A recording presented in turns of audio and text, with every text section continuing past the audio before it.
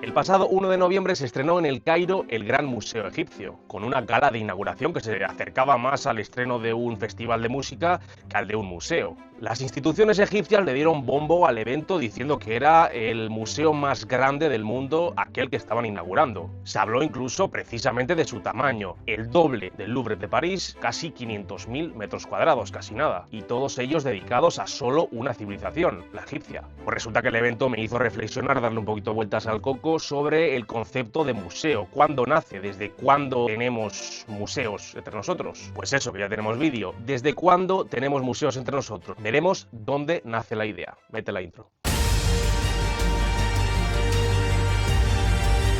Dann tritt für mich ein, so wie ich es One small step for man. Hasta la victoria siempre. The greatest nation on earth. Классных иллюзий. 国泰民安。 Para empezar este vídeo es necesario empezar desde el principio, claro. Hablar del primer museo de la historia es un poco arriesgado y seguramente entremos fácilmente en imprecisiones y especulaciones. Lo cierto es que podemos afirmar que fue en la antigüedad donde el concepto fue tomando forma. Conoceréis probablemente que el origen de la palabra museo es griego. Museo viene de museion, es decir, el santuario de las musas. Representaciones divinizadas de las artes. El concepto se creó para nombrar un centro cultural e intelectual fundado en la Alejandría del siglo III a.C., que contaba con su propia colección de antigüedades. Pero no, el Museion de Alejandría no fue el primer museo de la historia, y os lo voy a demostrar. Siglo VI a.C. Entre la costa fenicia, actual Líbano y el Golfo Pérsico, ha surgido hace décadas un inmenso estado que controla buena parte de Oriente Próximo. El Imperio Neobabilonio, así es como se llama, es un estado nacido a partir de la expansión de su dinastía de reyes, que aprovechando la caída del Imperio Asirio, la gran potencia dominante en la región, pasó a ser el gran tiburón temido por el resto de pequeños peces que representaban los modestos estados de Oriente Próximo. Babilonia existía como importante capital en la cuenca del Tigris desde hace siglos. Recordemos el Código de Hammurabi, uno de los códigos legales más antiguos y más famosos de la historia, datado aproximadamente en el 1750 a.C. Pues la Babilonia del siglo VI a.C. es una sociedad que se parece bastante relativamente a aquella Babilonia de Hammurabi. Se trata de una sociedad compleja que cuenta con un idioma propio, el babilonio, que usa, que expande y que representa una de las lenguas más estandarizadas del Mediterráneo. En Oriente Próximo el idioma más hablado es probablemente el arameo, más flexible, ágil, adaptado al lenguaje corriente.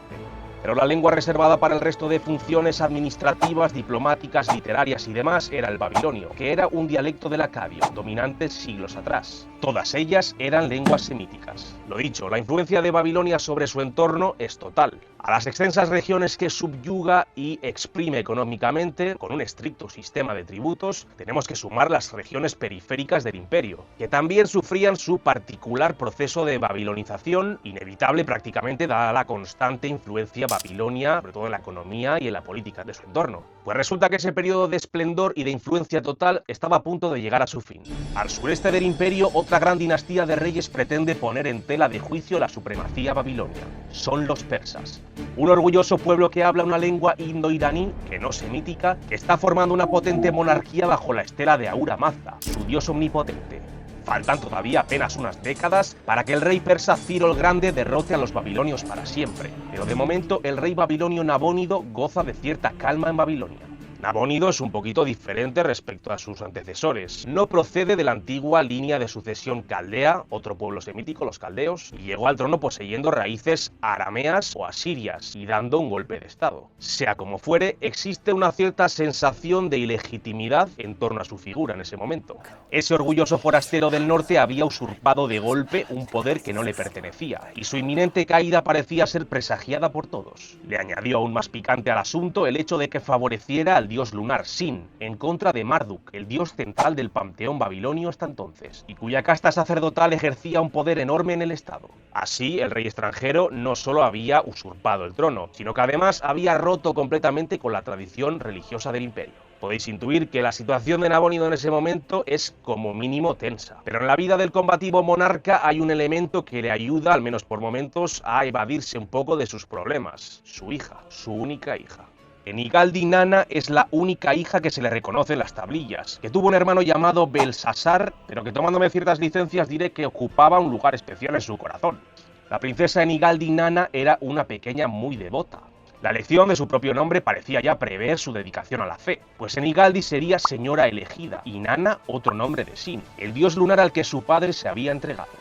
En cuanto creció y alcanzó la edad necesaria, la joven fue elegida Entu, o sacerdotisa principal de Sin, lo que la obligaba a seguir un estricto protocolo diario que incluía dirigir las ceremonias dedicadas al dios, recitar los himnos pertinentes, supervisar y mantener las ofrendas o administrar los bienes del templo, gestionando los talleres, almacenes y archivos que formaban parte de él. No tenemos una máquina del tiempo para comprobar en primera persona cómo era realmente esta joven princesa oriental, pero por sus intereses y su rol podemos intuir que se trataba de una persona bastante culta para su edad, quizás, ¿por qué no?, una gran intelectual de la época, interesada en los grandes campos del conocimiento. Si, como dice mi abuelo, hijo de culebra, culebrín. ¿De dónde le venían estos intereses a la joven princesa? Pues claro, de sus padres. Y concretamente de su padre Nabónido, que, como hemos dejado claro antes, se encontraba sumido en una situación política como mínimo comprometida, en medio de tensiones y presiones que lo querían apartar del poder, pero que aún así encontraba el tiempo para desarrollar su curiosidad, la que heredaría después su hija. El rey dejó varias inscripciones en las que cuenta personalmente que excavó templos muy antiguos, encontrando objetos enterrados que posteriormente guardó y clasificó. Guiado por la curiosidad, pretendía entender mejor la milenaria historia de todo aquello que lo rodeaba. Nabónido intentó datar los objetos que encontraba, realizaba comparaciones con inscripciones antiguas y reconstruía completas genealogías de los antiguos reyes del lugar. Sí, se podría considerar que Nabónido fue quizás el primer arqueólogo de la historia, ¿por qué no? Pues como digo, el mismo interés, la misma pasión la heredó su propia hija. Y estaréis pensando, ¿dónde aparece en toda esta historia un museo? Vamos a ello. Fascinada por la colección de objetos antiguos que su padre comenzó a recopilar, la princesa pasaba horas analizando los tesoros de la colección, escudriñándolos con sus propias manos, imaginando las vidas y obras de los antiguos propietarios. Enigaldi disfrutaba comentando los nuevos hallazgos con su progenitor o con otros sacerdotes y transmitía todos los nuevos conocimientos a la escuela de sacerdotisas de la que ella misma era administradora. Con el tiempo, la propia princesa participaba en las excavaciones y extraería las piezas con sus propias manos. La pequeña colección de su padre fue sumando nuevos integrantes, y lo que en un principio era una humilde pila de objetos terminó por abarcar varias docenas de estanterías.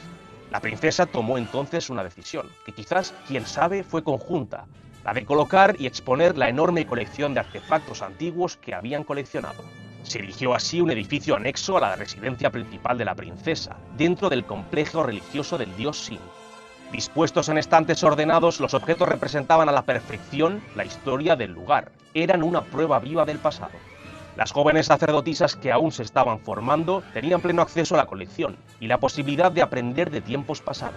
Sin quererlo ni pretenderlo, la princesa babilonia Enigaldi, gran sacerdotisa de Sin, había fundado el primer museo de la historia. No es casualidad que el dios Sin fuera considerado la personificación de la sabiduría, pues en su, podemos ya decirlo, museo, miles de piezas antiquísimas narraban siglos de humanidad. Cuando en 1925 los arqueólogos británicos desenterraron el viejo edificio, se encontraron con una grata sorpresa. Herramientas rituales, instrumentos metálicos de todo tipo, una antiquísima estatua roja en origen. Cada pieza expuesta en el museo tenía una pequeña tablilla de arcilla explicativa, que exponía la naturaleza, procedencia, cronología y valor histórico del objeto.